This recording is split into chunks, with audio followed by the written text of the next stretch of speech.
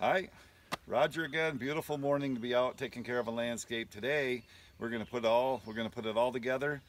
Lots of things that we've talked about. The pruning. I have hand trimmers. We're going to go from the start of a landscape.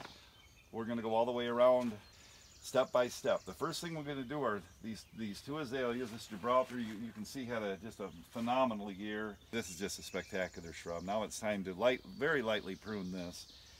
This is I call it a Montgomery blue. I'm pretty sure that's the cultivar. It's definitely a Colorado blue spruce. I learned a long time ago, don't mess with these till later in the season. The big draw to this, look at that color. Boy, you can't beat that dusty blue color like that in the landscape. And if you get acting like John Wayne with this thing and pruning it too early in the year, you wind up with this drab green down in here, and it kind of depletes from the landscape. So I'm not even going to touch that. It's up to clean up the blossoms and all that. This is a Korean azalea back in here, right here, this one here. In the Northeast, I can't grow azaleas anywhere else, but these are the only two azaleas on the whole property.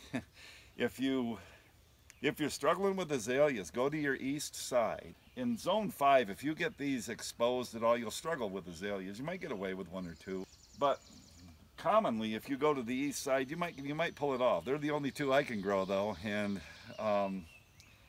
that's how you grow them. I mean, they're tucked in there they're pretty secure.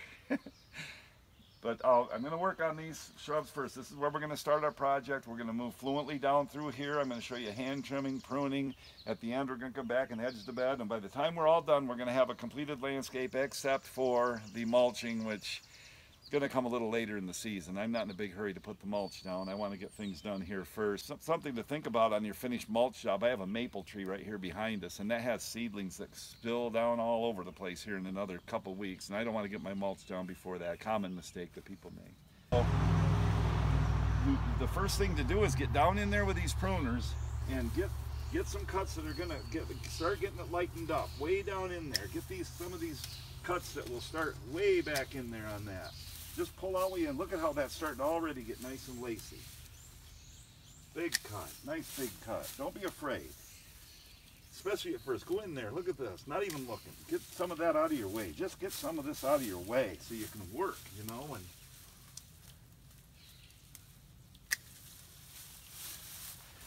I don't know if you can see what I've done there, but now I'll work a little bit. Now you want to start getting a little bit, you know, take the gloves off a little bit. And see, still working. Now, you know, magnify this over the whole shrub. Once I get it down like this, I just take my, I just take my hand trimmers. Definitely cheating here. You're not supposed to use hand trimmers on this. So, but look at this. I'll just very lightly, with these hand trimmers, see that? And I'll do that through the whole. Once I'm done with the whole shrub, I'll show you when I'm done. It won't look like that. The hand trimmers won't be used up here, just pruners. Nothing will be done here. Okay, take a good look at them now, and we'll be back in a few minutes, and you'll see how we did. Okay? But you do want to get kind of aggressive with it. Azaleas, Jap maples are another one that people tend to baby. You really want to bring it to those azaleas if you're trying to keep them a certain size. Don't let them win. I mean, you have to go in there, and you got to be a bad guy once in a while. But that's pruning, and that's why in the long run everything looks so nice. You really have to go. You have to get good with these things. Be tentative at first. That's fine, but get to the point where you're not. Get to the point where you're really going after things with these pruners for your first cut. Then you back off. Nobody wants to stay a maniac to the end, or you will have a mess, but that shouldn't happen.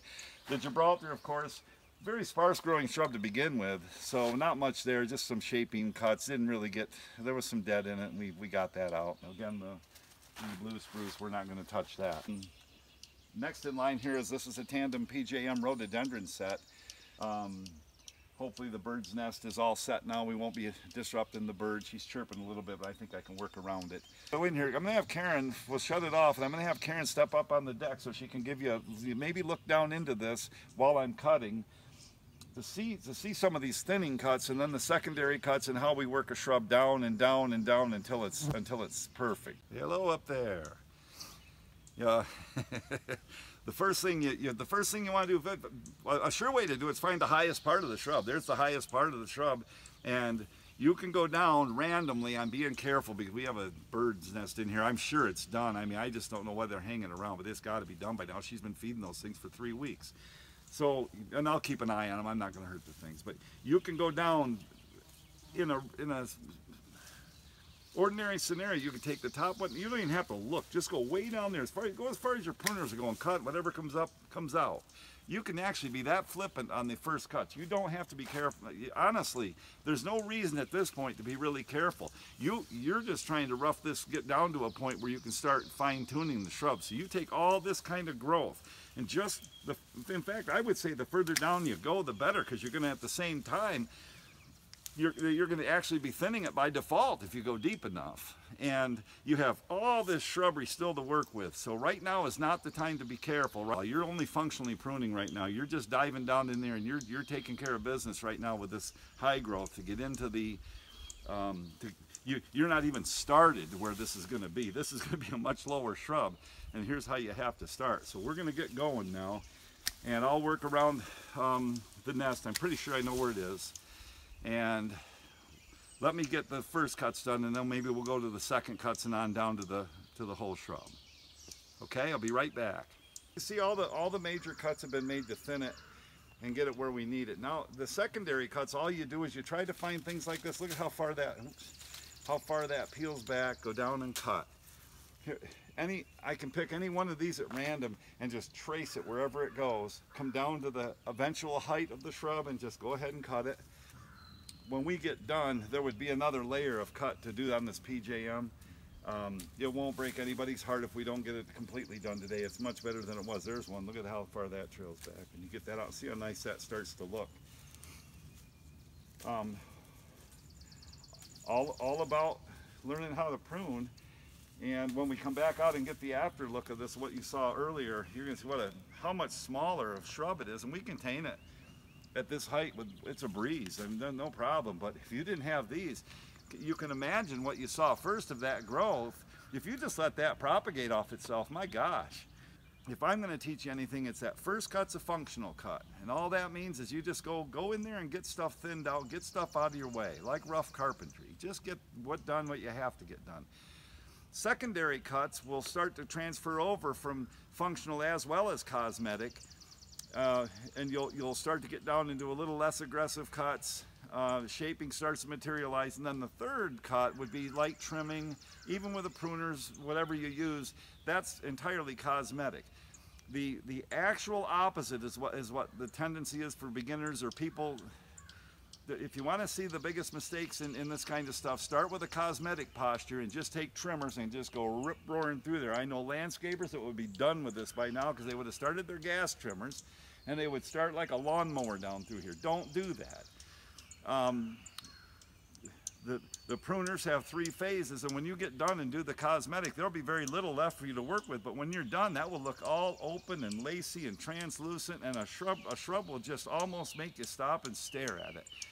When you learn how to do the pruning steps, functional, secondary, cosmetic, in that order, not backward.